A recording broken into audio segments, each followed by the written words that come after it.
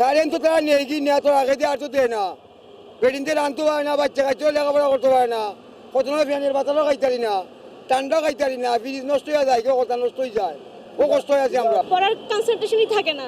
যখন আমরা পড়তে বসবো তো আমরা এই পড়ালেখার যে চলমান গতিটা আমরা রাখতে পারি না।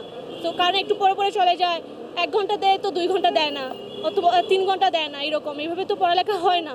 তো সেই দিক দিয়ে আসলে আমরা খুবই ভোগান্তিতে আছি। না এগুলা কোনো সময় রয়েছে না, তা হঠাৎ গেছে বাতাস টুবান দিয়ে মেঘ টুবানো নাই, কিচ্ছু নাই, এমনি কারেন্ট দিয়ে রাখিলে কী করুন ভাই, কিচ্ছু করবার মতন নাই। একটা স্টুডেন্ট মানুষ, আমরা লেখাপড়া পাশাপাশি আমরা বিদ্যুতের দরকার, তো আমরা লেখাপড়া করলে আসলে দেখা যায় যে অনেক সময় কারেন্টটা ম্যাক্সিমাম 1 ঘন্টা রাখা পরে আবার 1 ঘন্টা নেই তারপরে এরকম আবার তারা আনলিমিটেড করে আর কি নেই দেয়। এইরকম করলে তো আমরা যারা স্টুডেন্ট আছি এরা তো লেখাপড়া ঠিকমতো করতে পারতো না, সামনে দিয়ে আমরা অনার্সের এক্সামও আছে, তার এইরকম করলে তো আমরা পড়ালেখায় হয়তো বিদ্যুৎ না থাকলে বিদ্যুৎ বিল আপনার বেশি, মানে আগের চেয়েও বেশি।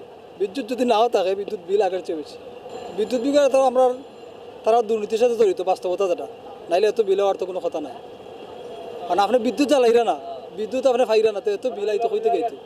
আপনার যদি কোনো কারেন্ট না থাকে, আপনি ভাত না খাইলে তো আপনি বিলাইতো নাই রেস্টুরেন্টে গিয়া, আপনি ভাত খাইরা না রেস্টুরেন্টে গিয়ে বিলাইতো হইতে কি, কিন্তু আপনার তো বিদ্যুৎ নাই কিন্তু বিল ঠিকই আছে।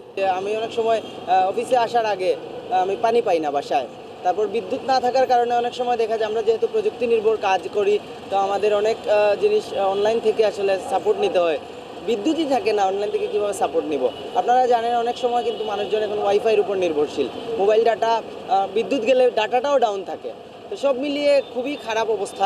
আমরা দিন শেষে ক্ষতির মুখে পড়ি। সরকার জায়গা ঠিকই থাকে, খালি আশ্বাস দিবা, এই সেই দিব, বড় বড় আশা দেখাইবা, কিন্তু দিন শেষে ভাই কিচ্ছু আর না, কিচ্ছু নেই। দেশটা মানে কিছু খোয়ার নাই ভাই, মানে মানে মগের মূল্যকে কইতে পারেন ভাই, এগুলো আসলে আমরা স্পেশালিস্ট, কিছু খোয়ার নাই। এত পরিমাণে হয় নাই, হ্যাঁ অবশ্যই হয়েছে, আগে হয়েছে, বাট এখন যে এই সময়গুলোতে একটু বেশি হচ্ছে আগের তুলনায়। আমরা ভাবতাম যে মানে কয়বার বিদ্যুৎ যায় এটা ভাবতাম, আর এখন এমন এক অবস্থা হয়েছে যে বাচ্চা, আমরা তো বাসায় বাচ্চা আছে ভাই, বাচ্চারা স্কুলে পড়ালেখা করে, তো এখন মনে করেন হিসাব করতে হয় কয়বার বিদ্যুৎ আসতেছে। ভাই এলা করলে তো ব্যবসা চাঙ্গু উঠে যাবো ভাই, অলরেডি উঠেও গেছে ভাই। যে অবস্থা আপনি বিশেষ করে গতকালকে যে কারেন্টের যে বিষয়টা আপনি খেয়াল করছেন অবশ্যই, মানে 10টা মিনিট আছে না, মানে কাস্টমার যে আইতো এই সুযোগ নাই, বা কাস্টমার আমরা যে দেখাইতাম কোনো সুযোগ নাই ভাই।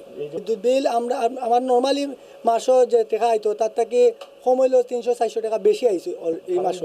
কারেন্ট না থাকার এই অবস্থাতেও, বর্তমান অবস্থাতেও আমার বিদ্যুৎ বিল বেশি ভাই। আমরা তো সিলেট সব জায়গায় কারেন্ট আছে, সিলেট তো কারেন্ট নাই,